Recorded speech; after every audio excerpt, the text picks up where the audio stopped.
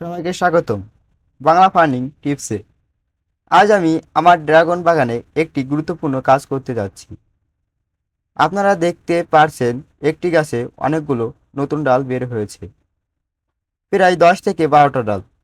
এখন প্রশ্ন হচ্ছে, সব ডাল কি রাখা যাবে নাকি কিছু ডাল কাটতে হবে? আজকের ভিডিওতে আমি দেখাবো কোন ডাল রাখতে হবে আর কোন ডাল রাখতে হবে। এই যে আপনারা দেখতে পাচ্ছেন, এই গাছটিতে অনেকগুলো নতুন ডাল বের হয়েছে। ড্রাগন গাছে সাধারণত যখন গাছ ভালোভাবে বড় হয় তখন এভাবে নতুন নতুন ডাল বের হয়, কিন্তু যদি সব ডাল রেখে দেওয়া হয় তাহলে গাছ খুব ঘন হয়ে যায়। কেন ডাল কাটতে হয়? গাছের ভেতরে রোদ ঢুকতে পারে না, বাতাস চলাচল কমে যায়, গাছ দুর্বল হয়ে যায়, ফলন কমলে গাছে কম ফলন হয়।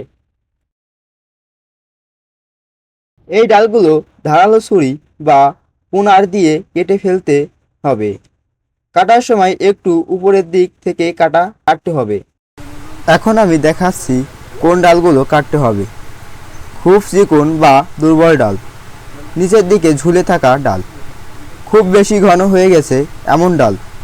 এই ডালগুলো ধারালো ছুরি বা পুনার দিয়ে কেটে ফেলতে হবে। কাটার সময় একটু উপরের দিক থেকে কাটা ভালো। এই কাটা ডালগুলো কিন্তু ফেলে দেওয়ার দরকার নেই।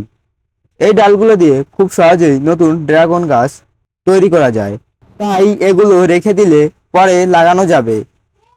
ড্রাগন গাছে ভালো ফলনের জন্য সময় মতন ডাল কাটিং করা খুবই গুরুত্বপূর্ণ, না হলে কিন্তু ফলন একেবারেই কমে যাবে। আর যা ফলন হবে তা অপুষ্ট এবং ড্রাগন গাছে কম ফলন হবে।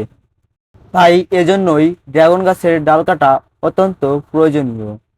আপনারা যদি ড্রাগন চাষ সম্পর্কে আরও ভিডিও দেখতে চান তাহলে অবশ্যই বাংলা ফার্মিং টিপস চ্যানেলটি সাবস্ক্রাইব করুন।